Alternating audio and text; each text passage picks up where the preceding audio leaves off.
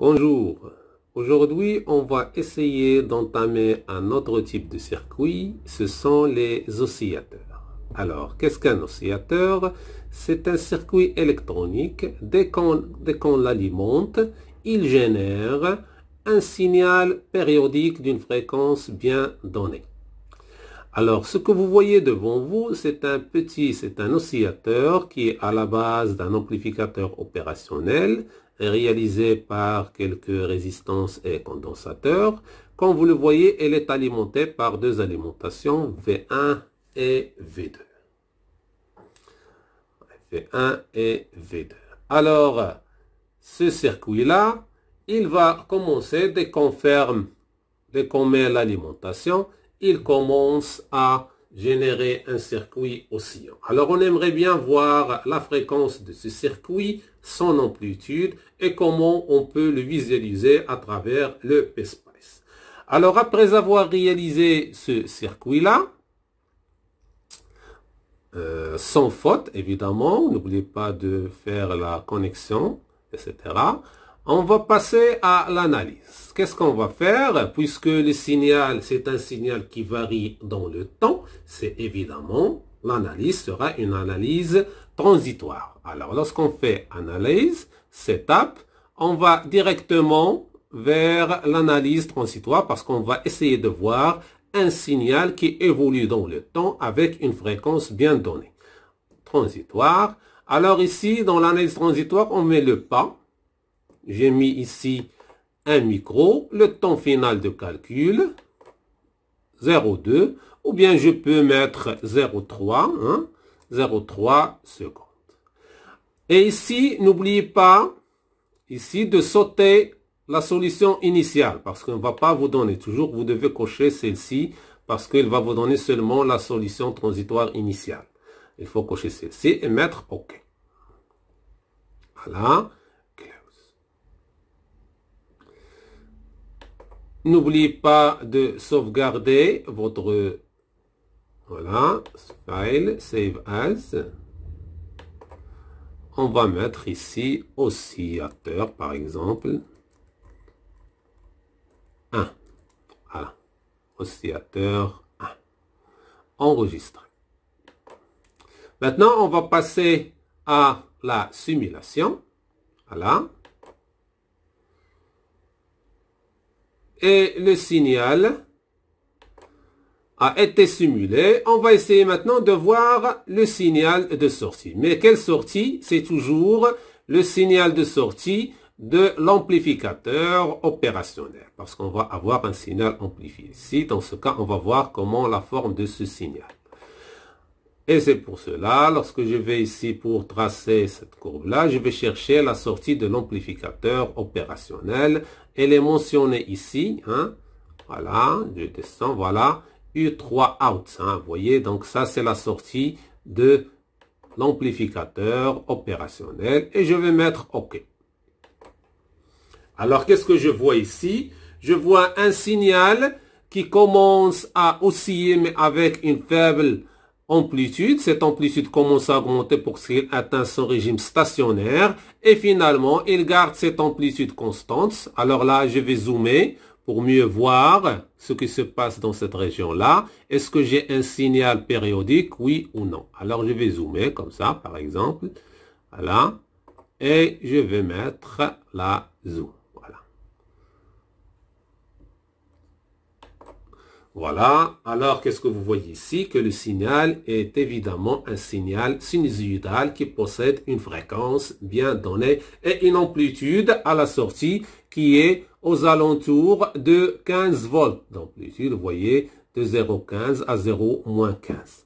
Alors pour voir l'amplitude, soit j'apporte le tableau et je mesure, ou bien je vais directement ici, je vais directement sur transformer de Fourier, voilà, et je vais apporter le tableau et voir le pic à quoi est égal ici. Donc, je vais mettre ici le pic, voilà. Alors, il se déplace. La valeur max ici au tableau, je commence à lire. J'ai atteint 1,7 d'amplitude. Alors, l'amplitude max, voilà. Voilà. Alors là, c'est l'amplitude max, c'est 5,57 pour la transformée de Fourier de ce signal. Et la fréquence correspondante, c'est quoi? C'est 616 Hz. Alors, le signal que j'ai obtenu, c'est un signal périodique de fréquence 616 Hz. Comme vous le voyez ici, si je zoome ici, hein, alors là, je vais annuler le tableau et je vais essayer de zoomer pour voir ce qui se passe dans cette partie. Là, lorsque j'utilise, voilà, dans ce cas, vous voyez, alors c'est la fréquence d'oscillation, c'est la fréquence correspondante à un pic maximal. C'est celle-ci. Voilà. Voilà. Alors, il y a plusieurs pics ici, mais de petite taille. Voilà, je me déplace. Et vers la fin, lorsque j'arrive ici, voilà, des petits pics. Alors là, hein, ici, c'est à peu près 0,16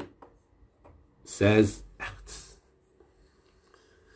Comme vous le voyez, on a déterminé la fréquence d'oscillation, comme on a pu voir le signal, c'est-à-dire son amplitude à quoi est égale, lorsqu'on a déjà fait le signal ici, il varie de 15 jusqu'à moins 15.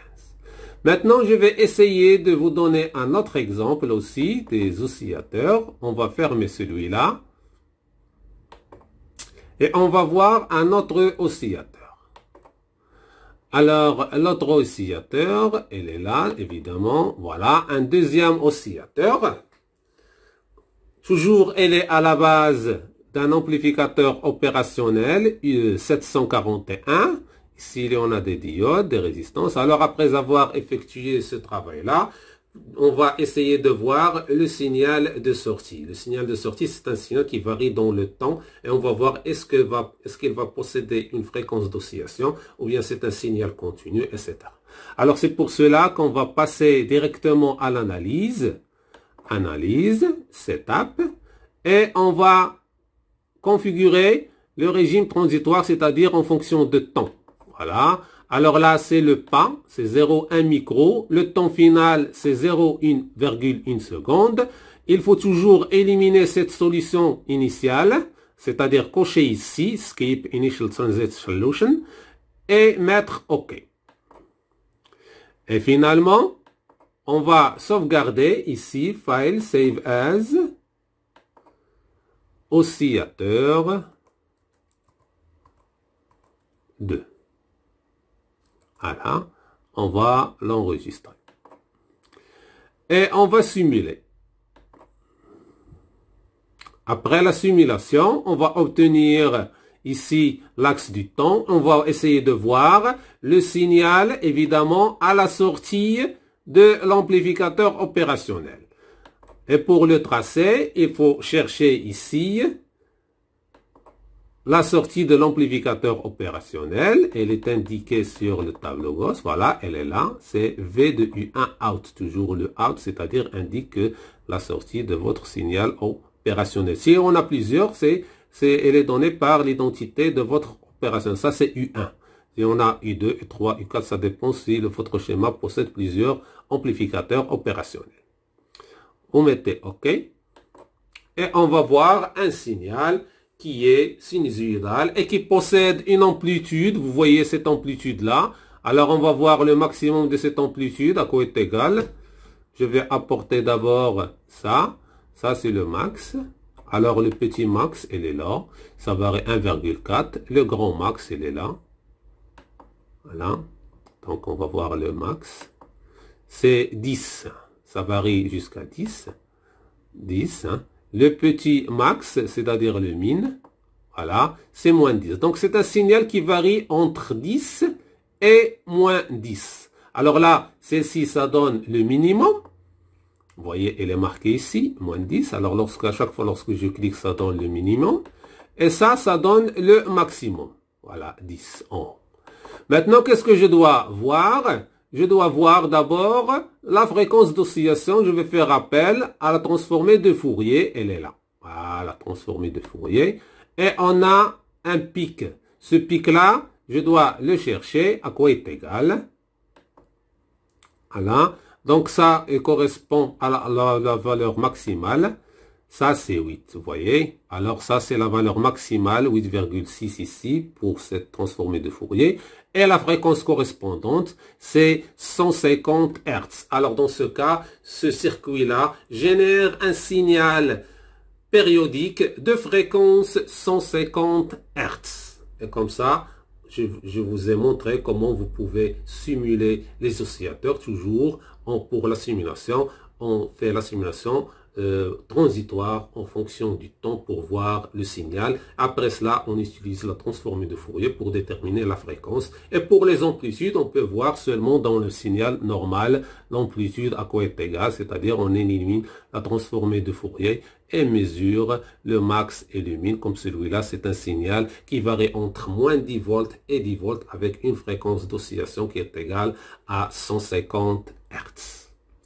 Ainsi, on fin cette partie et je vous remercie.